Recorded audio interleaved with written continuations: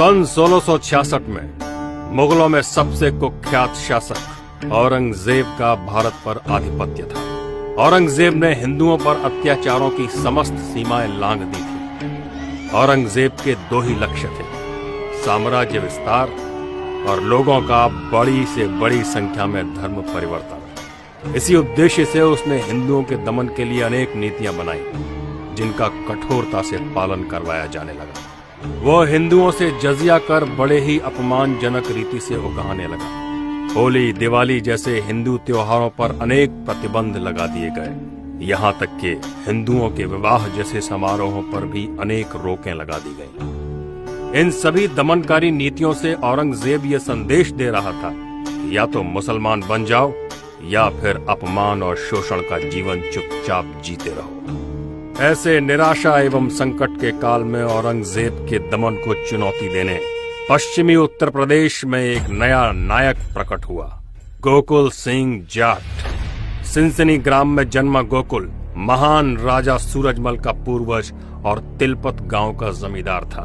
उसने औरंगजेब की क्रूर, अपमानजनक और हिंदू विरोधी नीतियों से प्रतिकार लेने हेतु अतरौली में एक बैठक की।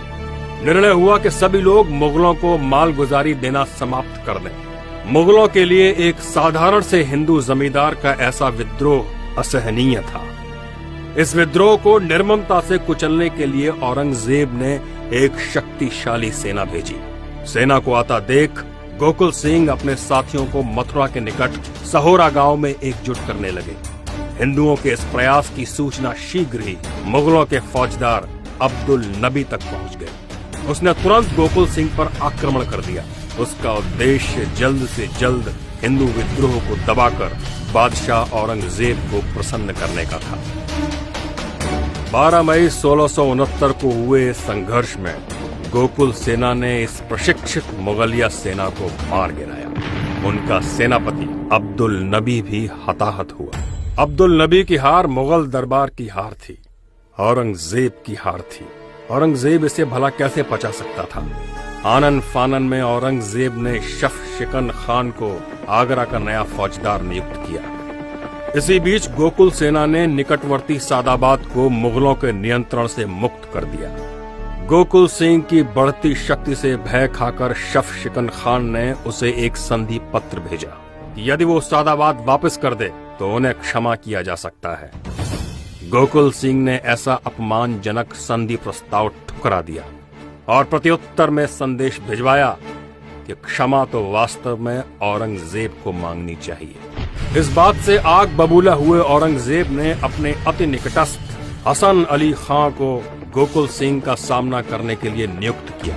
महीनों चलने वाले इस युद्ध में गोकुला की छोटी सी सेना ने मुगलों की विशाल, प्रशिक्षित और आधुनिक आयुधों से लैस सेना के नाक में दम कर दिया। जनवरी 1670 में यह युद्ध अपनी परिणति पर पहुंचा। 3 दिन तक भीषण युद्ध चलता रहा। गोकुल सिंह ने मुगलों को भारी क्षति पहुंचाई।